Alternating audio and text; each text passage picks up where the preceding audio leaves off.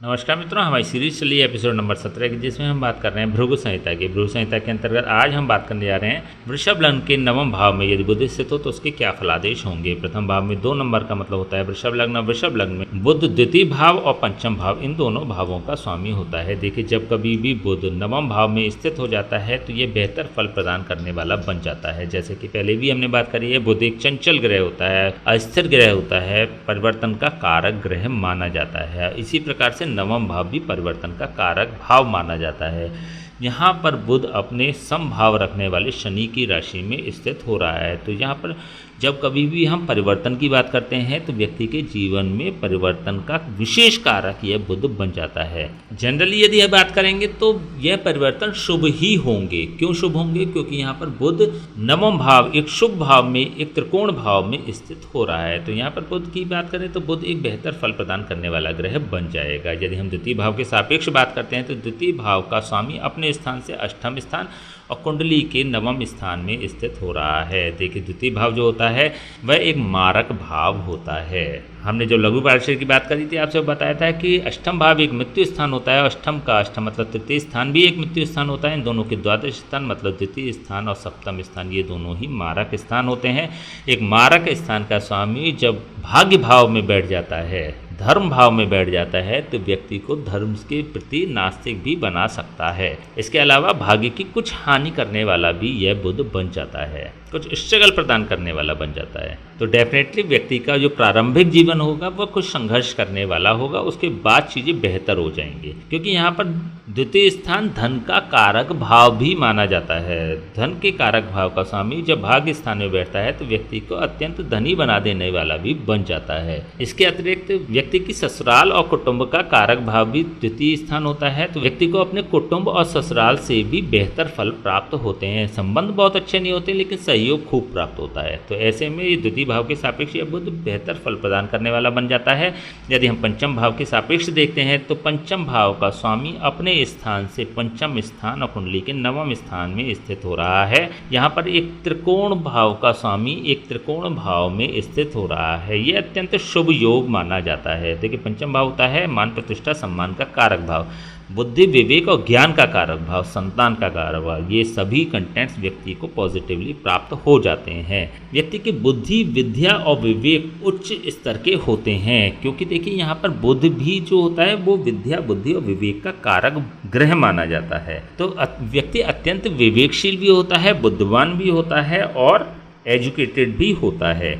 यहाँ पर बुध वाणी का कारक ग्रह भी है, लेखन का कारक भी है। सामान्यतः बुध लेखन का कारक ग्रह भी होता है और वाणी का कारक ग्रह भी होता है। जब इन दोनों कंटेंट्स का स्वामी होकर और पंचम भाव का स्वामी होकर यह नवम भाव में बैठता है तो व्यक्ति को लेखन और वाणी के क्षेत्र में सफल बना देने वाला होता है। ऐसे लोग मोटिवेशनल स्पीकर भी हो सकते हैं। क्योंकि यहाँ पर द्वितीय भाव का स्वामी होकर ही बुध नवम भाव में स्थित हो रहा है, तो वाणी और लेखन के द्वारा भी यह व्यक्ति के भाग्योदय में सहायक बन सकता है। द्वितीय भाव भी जो होता है वो वाणी और लेखन का कारक भाव माना जाता है। बुध वाणी और लेखन का कारक ग्रह माना जाता है। पंचम भाव विद्या, बुद्धि और ज्ञान का कारक भाव माना जाता है और नवम भाव धर्म का कारक भाव माना जाता है, भाग्य का कारक भाव माना जाता है और जीवन में होने वाली उन्नति का कारक भाव माना जाता है। तो यहाँ पर लेखन अथवा वाणी के द्वारा भी व्यक्ति धन कमाने वाला होता है। कहीं ना कहीं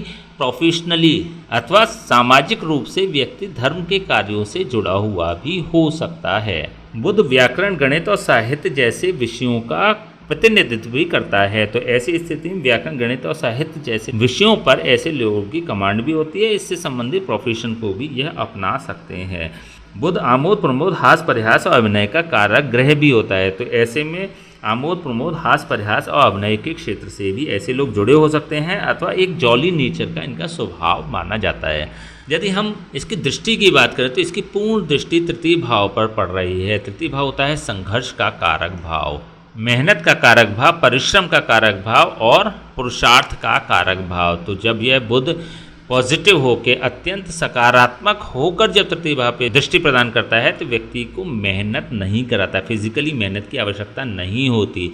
संघर्षशील जीवन नहीं होता, व्यक्ति के जीवन में अत्यधिक संघर्ष नहीं होते, तो यहाँ पर भी एक ईजी गोइंग लाइफ प्रदान करने वाला यह बुध बन जाता है। यदि हम कारकत्व की दृष्टि से देखते हैं तो बुध होता है चतुर्थ भाव का कारक और दशम भाव का कारक। चतुर्थ भाव के सापेक्ष यह बुध अपने स्थान से छठे स्थान पर स्थित हो रहा है, कुंडली के नवम भाव में स्थित हो रहा है। देखिए यहाँ पर एक केंद्र स्थान का कारक ग्रह एक त्रिकोण स्थान में स्थित हो रहा है, तो ये कुछ राजयोग के से फल प्रदान करने वाला ग्रह बन जाएगा। क्योंकि जब हमने लघु पारस्यव की चर्चा करी तो आपको बताया था कि जब कभी भी केंद्र और त्रिकोण का संबंध आपस में बन जाता है तो यह राजयोग का निर्माण करने वाला बन जाता है।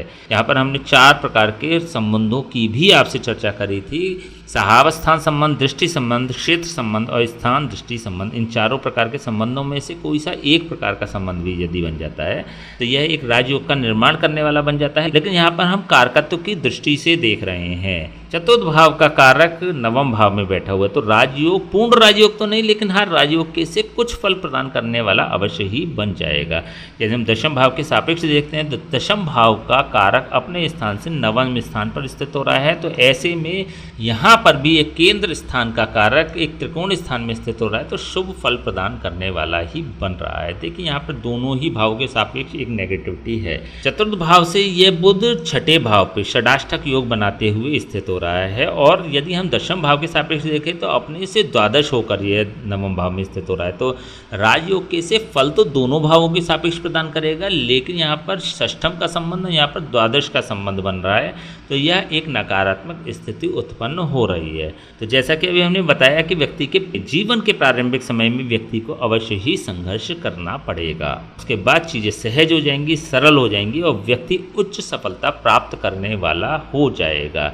चलिए हम इसके उपाय की बात करते हैं, क्या उपाय हो सकते हैं। देखिए नवम भाव में स्थित बुध बेहतर ही फल प्रदान कर रहा है, क्योंकि यह वृषभ लग्न में नवम भाव में स्थित हो रहा है, तो यहाँ पर विशेष उपाय करने की आवश्यकता नहीं है। लेकिन जैसे कि अभी हमने बताया कि 34 साल की अवस्था से पूर्व का समय, क्योंकि प्रारंभिक जो समय होता है बुध का वह 34 साल की अवस्था तक का माना जाता है, तो 34 साल की अवस्था से पूर्व का समय जो होता है व्यक्ति का संघर्ष वाला होता है। 33 प्लस की अवस्था के बाद से व्यक्ति को उच्च सफलता प्राप्त होने लगती है। तो यदि आपको 34 वर्ष से पूर्व की अवस्था का यदि अपना संघर्ष समाप्त करना है तो किसी ब्राह्मण से इसके जाप और हवन आपको अवश्य ही करा लेना चाहिए, अथवा बुधवार से शुरू करके लगातार 43 डेज आप गाय को पालक खिलाना शुरू करें अथवा बकरी को पालक खिलाना शुरू करें। यदि आप ऐसा करते हैं तो बुध बेहतर रिजल्ट्स प्रदान करने वाला ग्रह बन जाएगा। ठीक है, तो चलिए आज इनमें बात करें वृषभ लग्न के नवम भाव में यदि बुध स्थित हो तो उसके क्या फलादेश होंगे। नेक्स्ट वीडियो हम बात करेंगे वृषभ लग्न के दशम भाव में यदि बुध स्थित हो तो उसके क्या फलादेश होंगे। तब तक के लिए हमें आज्ञा दीजिए, नमस्कार।